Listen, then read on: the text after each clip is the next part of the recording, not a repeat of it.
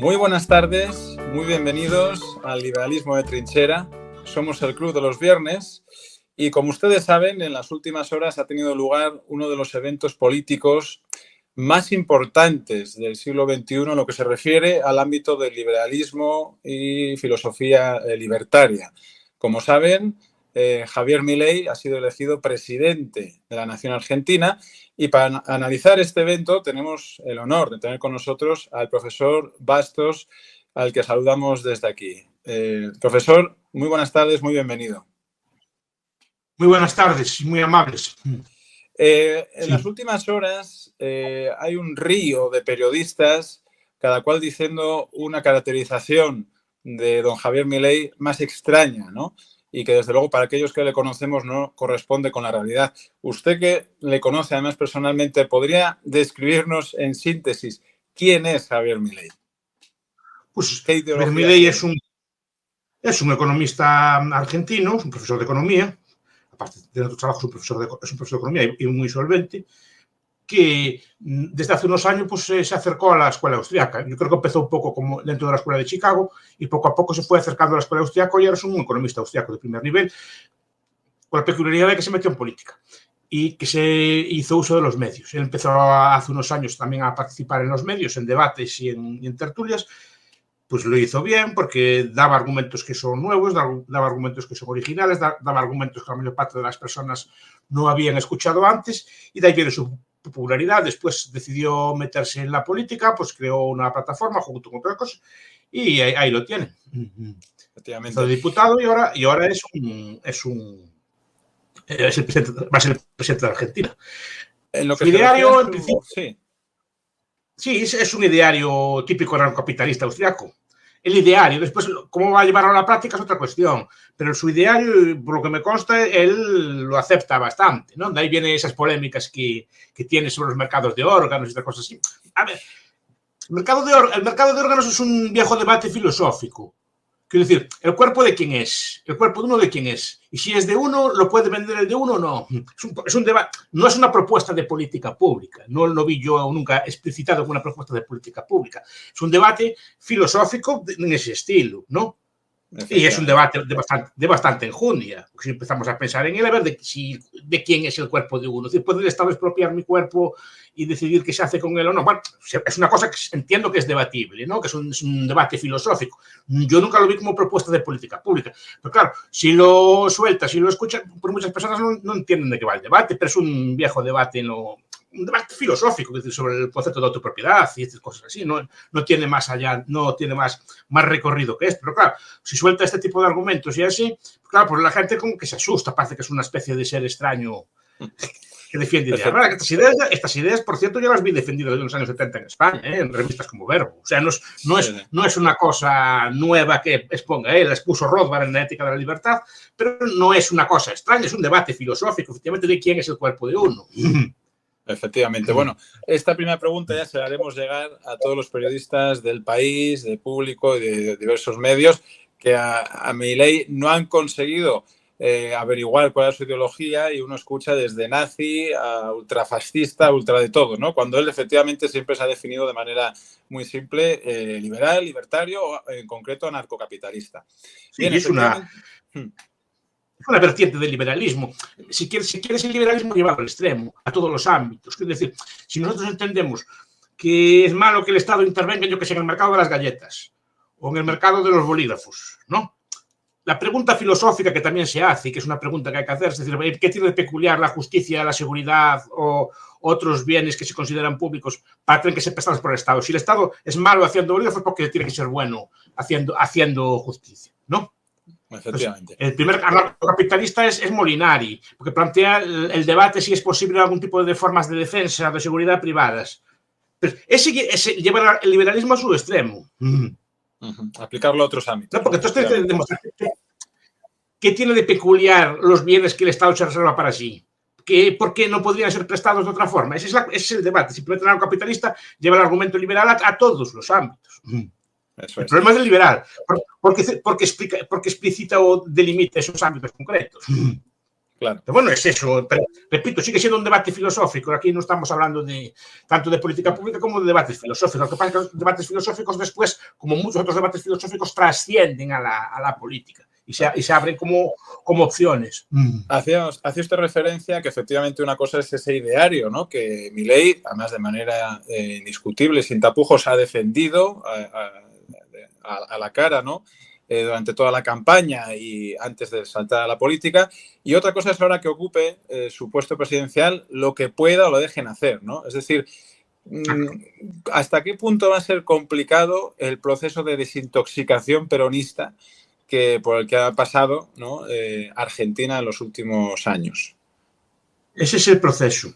Yo no creo tanto en el proceso político, en las medidas que pueda o no hacer, porque tiene relativamente poco tiempo, va a tener muchas presiones en muchos ámbitos, algunas cosas podrá hacer, sino el debate intelectual que genera. Esto es lo que no tiene precio de Milei, que abre unos debates y populariza unas ideas que antes eran pues marginales, extrañas o que nadie conocía, y ahora están en pleno debate. Por lo que me cuentan ahora hay muchos jóvenes que se acercan a este tipo de libros, que los discuten, que abren este tipo de ideas, digamos, que es una alternativa al peronismo convencional, al socialismo convencional. Y tiene otro cambio muy principal.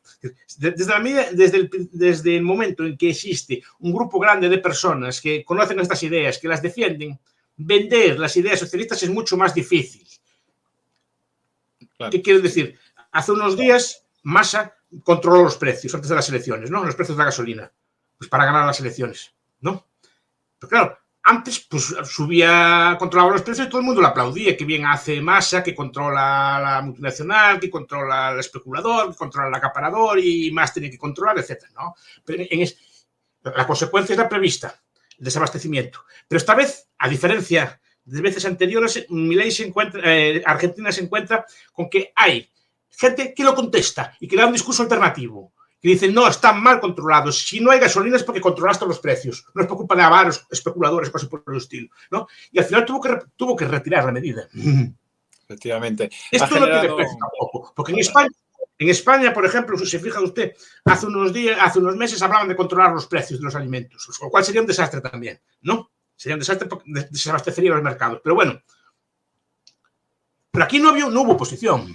O sea, no había un señor todos los días, un líder de la oposición todos los días clamando y explicando correctamente que había eso, sino incluso desde la derecha, bueno, un poquito no está mal y cosas por el estilo. No, aquí el marco mental sigue siendo un marco mental socialista. En Argentina eso es lo que se rompió. Claro, efectivamente. Digamos que ha conseguido... Y eso es lo que es muy difícil volver atrás. Claro, un paradigma, ¿no?, cultural, vamos a decir, ya, sí, con ideas liberales, ¿no?, que antes era inexistente y efectivamente en España brilla también por su ausencia. Adentrándonos un poco en las propuestas de Milei, por ejemplo, en la famosa dolarización, en su opinión, ¿qué probabilidad de éxito le da a esta medida? En este caso muy bien. La dolarización lo que implica es eliminar, si se consigue, que después a ver cómo se operativiza eso, si consigue es eliminar la capacidad que tienen los políticos del Estado argentino de manipular la moneda y el crédito. Desde entonces el dinero ya está más allá de su control.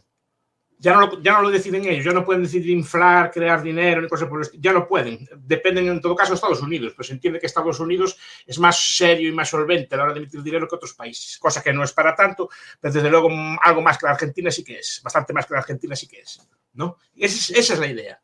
Es un experimento, ya se hizo en Ecuador, se hizo en El Salvador, en Panamá lleva tiempo dolarizado, es decir, no es una... Por ejemplo, en Europa también este fenómeno se da en Montenegro, se da en otros sitios, no es un fenómeno extraño el de usar una moneda de otro país, ¿no?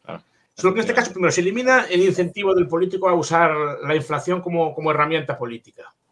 Y después porque es una medida de muy difícil vuelta atrás. Una vez que se mete uno en eso, después no puede salir de ahí. Claro, efectivamente. ¿Qué grado de repercusión? Entonces, ahí, si consigue hacerlo, no tendría precio. Por lo menos, a ver, esto no elimina el problema. Puede seguir habiendo pobreza, puede seguir habiendo desempleo. Es decir, Ecuador sigue habiendo pobreza. En El Salvador o en otros países semidolarizados puede haber pobreza igual, puede haber desigualdad. Pero elimina la inflación de raíz. Y ya es un paso muy grande, sobre todo para países como Argentina. Claro, efectivamente.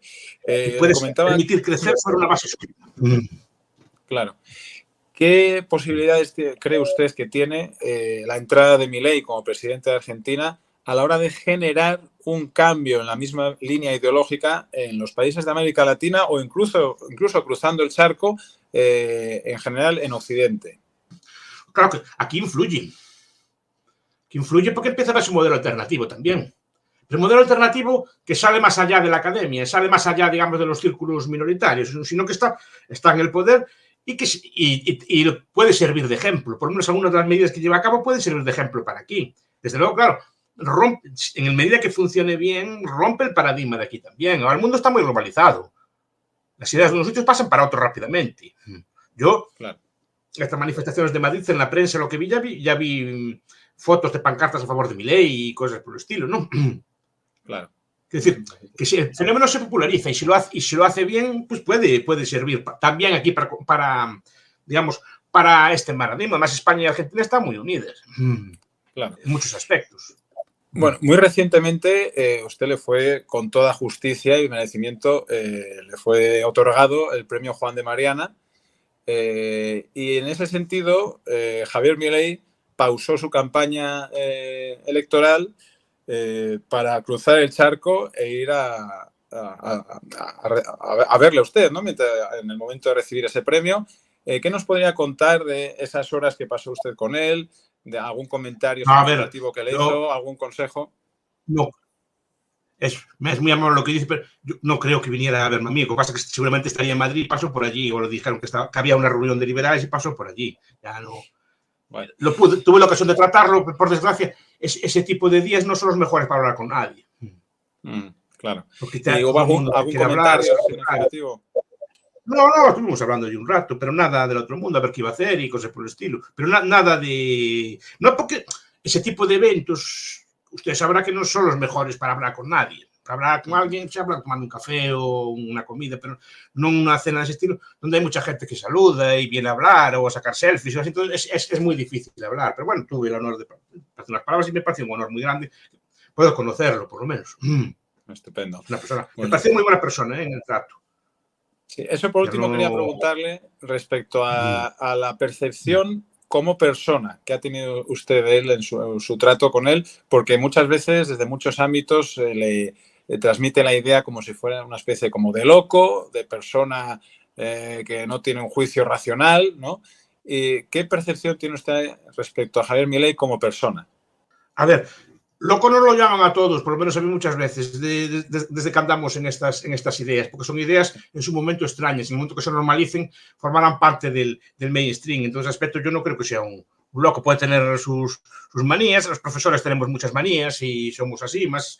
Bueno, pero me pareció muy buena persona, pero no lo veo yo ningún loco. Él es bastante cuerdo, por lo menos en lo que dice. Después, su vida personal, pues yo no me meto en ella, pues él sabrá, pero me pareció una persona... Y bastante humilde, no me pareció nada divo, ni siquiera ni en la forma de hablar ni en el gesto, ¿no?